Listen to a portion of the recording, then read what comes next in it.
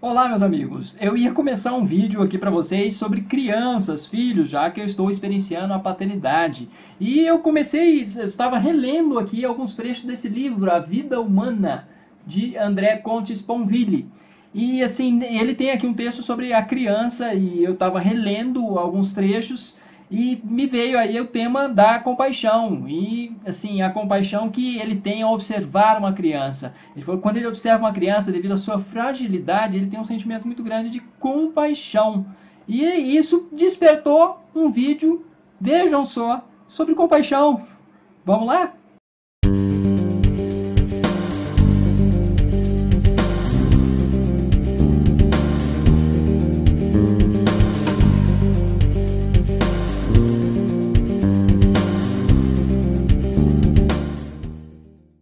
Então, no vídeo de hoje eu quero falar da compaixão, mas também de um amor que brota da compaixão ou do amor na forma da compaixão. Esse amor na forma da compaixão eu acho que é um amor bem profundo e é um amor que está muito relacionado aí à projeção. Muitas vezes você está projetando no outro uma fragilidade sua e aí a compaixão. E a compaixão, em muitos casos, ela é também derivada aí de um egocentrismo, de um egoísmo fundamental, porque você projeta uma coisa sua no outro. Mas isso não quer dizer que a compaixão é simplesmente egoísta, porque ela faz as pessoas serem altruístas, ela faz com que as pessoas se ajudem, com que elas se amparem. Se há uma lição em Freud acerca disso, dessa posição de egocentrismo, egoísmo fundamental, eu acho que essa lição não deve implicar ou derivar para uma posição de não vou mais ser altruísta. Eu acho que não tem nada a ver com isso. Tá? Isso é descambar para um extremo que eu acho que não há relação nenhuma com isso. Eu acho que o que Freud convoca quando ele mostra que existem projeções e que são projeções de si mesmo, ele convoca uma reflexão para consigo mesmo. O sujeito parar e pensar, peraí, né? Onde que eu tô? O que eu tô sentindo em relação ao outro é só meu, é do outro também. É mais esse tipo de reflexão para o sujeito conseguir se delimitar melhor entre o que é ele e o que é o outro. E não cair numa posição extrema aí, meio Raul Seixas de carpinteiro do universo, onde nós temos um verso ali que eu lembro muito bem, que é o meu egoísmo é tão egoísta que o auge do meu egoísmo é querer ajudar. Esse extremo é o que? Ele vai fazer a gente pensar o quê? Que um altruísmo desesperado ele pode ser pior do que um egoísmo esclarecido. E aí a recomendação, de certo modo até clara na obra de Freud, de primeiro conheça para depois intervir. Primeiro você precisa adquirir uma capacidade melhor para julgar, para conhecer. Julgar bem para fazer o bem. E até em termos autobiográficos, Freud deixa claro uma outra coisa também, que ele não havia escolhido a profissão de médico para ajudar as pessoas. Ele havia escolhido a profissão de médico porque ele queria conhecer, ele tinha um anseio de conhecimento. E, de fato, o anseio de conhecimento, o desejo de conhecimento, deve vir antes do desejo de ajudar. Porque é importante conhecer primeiro para depois ajudar. E uma pequena anedota acerca desse posicionamento do altruísmo desesperado, que pode ser bem desastroso, até mais desastroso do que um egoísmo esclarecido. O sujeito passa em frente a um lago e ele vê que tem alguns seres se debatendo dentro desse lago e ele pressupõe que estão afogando, ele pressupõe que esses seres são como ele se identifica com esses seres, ele projeta qual seria seu sofrimento se ele estivesse debaixo d'água por tanto tempo, e ele corre, salva esses seres e mata todos eles, porque eram todos peixes. A compaixão brota da miséria, de uma miséria própria ou de uma miséria mesmo que está sendo observada no outro. É amar o outro em seu sofrimento, em sua fragilidade, em sua miséria. É amar na dor. E aí sempre me vem a impressão de que o amor é perrengue, é conviver, é compartilhar o que nós temos de frágil, é compartilhar de nossa solidão fundamental, é uma solidão abraçando outra solidão. Melhor dizendo, uma imagem forte do amor, para mim, uma imagem que eu acho impactante, que eu acho que diz muito respeito a um amor muito intenso, é de duas pessoas se amando, é de que uma solidão está abraçando outra solidão.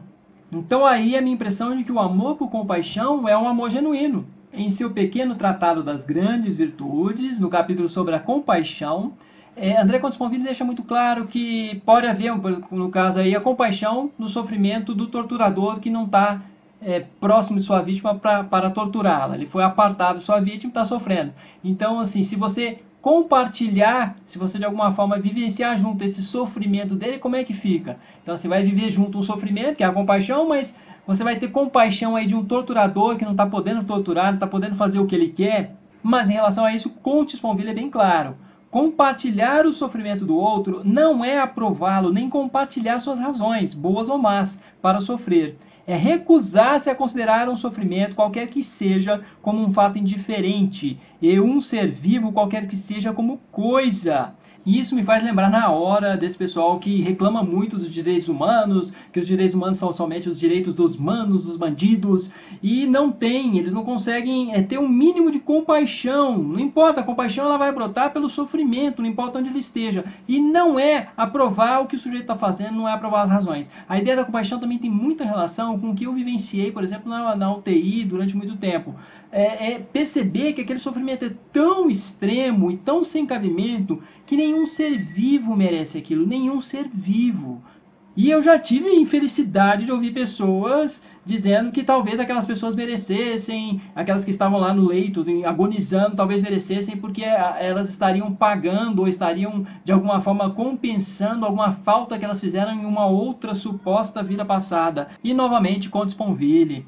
Ter compaixão pelo sofrimento ou pela loucura do torturador, por haver tanto ódio nele, tanta tristeza, tanta miséria, é se recusar, pelo menos, a somar ódio ao ódio.